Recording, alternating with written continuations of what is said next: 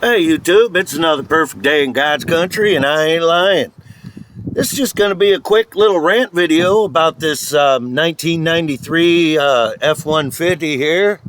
The Green Goblin. This is the 93 inline 6 fuel injected, or I guess what they would call throttle body fuel injection. Is that maybe TFI? I don't know. I'm not an expert. I'm just a long-haired guitar picker trying to do the best I can, y'all. For those of you who've been following along with this video, I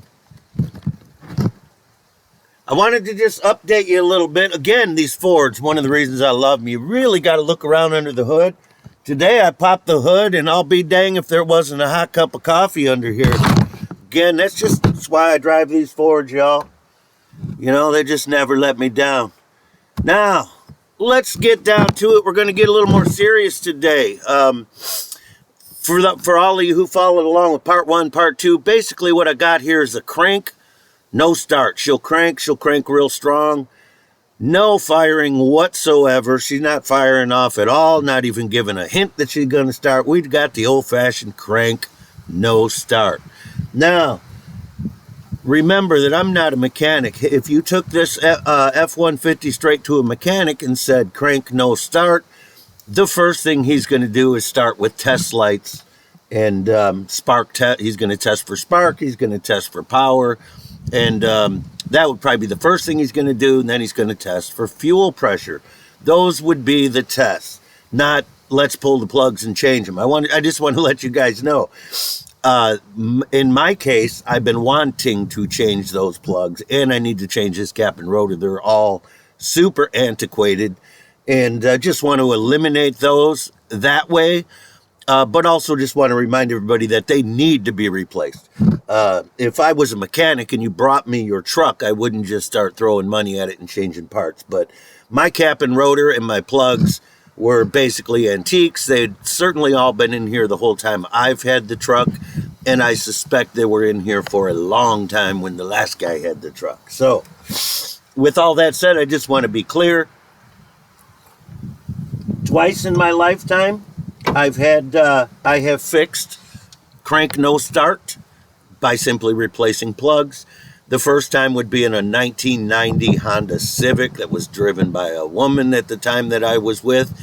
And it was only about 110,000 miles on it. It just wouldn't fire. And I changed the 4 plugs and it lit right up and ran like new again for another 10, 15 years.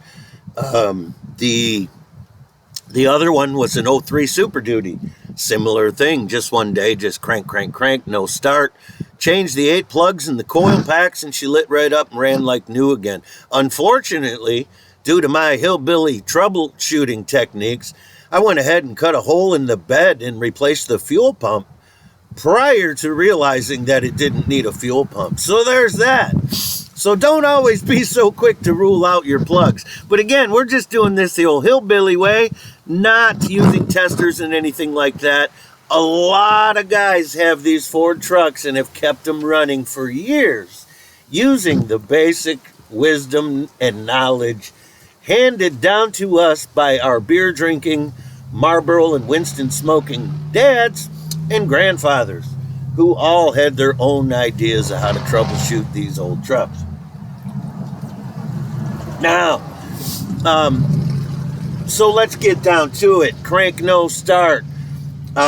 Here's the thing. Now, I told you guys I'm talking about redneck engineering here. A little bit of engineering and a little bit of redneck troubleshooting. One of the things you heard me say early on was I'm pretty sure it's not fuel because I hear my fuel pump running. Now, again, don't ever let a mechanic say that to you. That's just basic old Ford trucks in the yard redneck 101. And that is because these fuel pumps are so notorious for going bad, especially the ones that are in the fuel tanks like this one. They go bad more often than the ones that are just on the rail. Why is that? Because they're a lot harder to get to, I would imagine. The engineers like to play tricks on us, right? So, just as a old-time Ford guy, when you turn the key, if you hear the fuel pump running, then because that's the first thing you were thinking when you get crank no start. As a Ford guy, you're like, oh, there went my fuel pump. I'm not getting fuel. The first thing you do is listen. Hey, the fuel pump's on. Okay. Hint number one, the fuel pump's running. Now, that's just like a process of elimination type of diagnosing things, folks, as a guy that's got 4 trucks in your yard, okay? It doesn't mean that I'm getting good fuel pressure up here at the injector rail, right? It's just eliminates, it's like a 75% type of thing. Hey, the fuel pump's running. That's probably not it, right? Let's move along to what it's likely to be. So, here's what I want to get to. At this point, I probably have 2 issues, which of course makes it much more difficult to fix your truck. And I would say that's one of the reasons. If y'all ever drive around, you go, man, Lucky says these Ford trucks are hard to kill, but we see them in everybody's backyard laying around. They've been there for years. Well, that's how that happens, folks, right? Like this one had a one issue. It would crank for a while before it fired off, and then it would fire off and run good.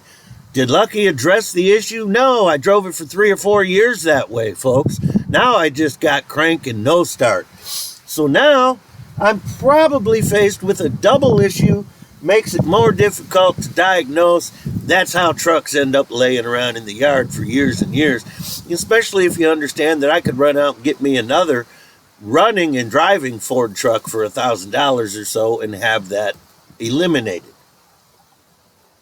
So, with all that said, what we need to be very clear about here is that the first issue that I had, where it would crank for a while, and I told you guys, well, I could tickle it and get it to start, and then it would run good. Well, that was likely a fuel pressure issue. That could be a few things. Again, to just redneck Ford hillbilly diagnose it, more than likely, it's back at the fuel pump. Why? Because the fuel pump's in the tank and super hard to get to. Now, I told y'all I heard the fuel pump running. There's also something on that fuel pump called a check valve, and it's a one-way valve. It's designed to let the fuel pump up into your engine up here where you can fire it off, but not to let anything go back the other way. And why does it do that? Because if it were to let things go back the other way, then you would never build fuel pressure, and you wouldn't have enough fuel pressure to fire your vehicle right off. In my case, I used to crank it for a while, and you just rebuild that fuel pressure, even though if that's the problem, have a bad check valve, and eventually she'll fire off and run good, and you're able to maintain fuel pressure because your engine is running and your fuel pump is pumping fuel. So, more than likely, my initial issue was a fuel pressure issue, and then again, just to use odds, more than likely it's the check valve back at the fuel pump. And one of the things that I might do to avoid testing everything and being a proper diagnostic mechanical engineer is to buy me a small $2 check valve or a one-way valve and stick it somewhere in the fuel line, maybe anywhere after the pump, right? And maybe after the fuel filter. I can put it anywhere in that line. So I'll just cut some fuel line, put a little check valve in my fuel line, somewhere between my fuel pump and my motor, and that if that doesn't fix the issue, which it probably will, it will at least eliminate that check valve as one of the potential issues. Then there can really only be 2 other things. I mean, there could be other things, but most likely it would be the fuel pressure regulator, which is, if y'all can see, right down in here. And this is fed by a vacuum line. And one of the things you can do, I'm just here to talk this morning. I'm drinking coffee, having a smoke. You can pull that vacuum line off the top of that fuel pressure regulator, and if it's really bad, if there's fuel inside that vacuum line or it is wet, you can take it to the bank that pressure regulator is bad. Very inexpensive part, probably $20 or something.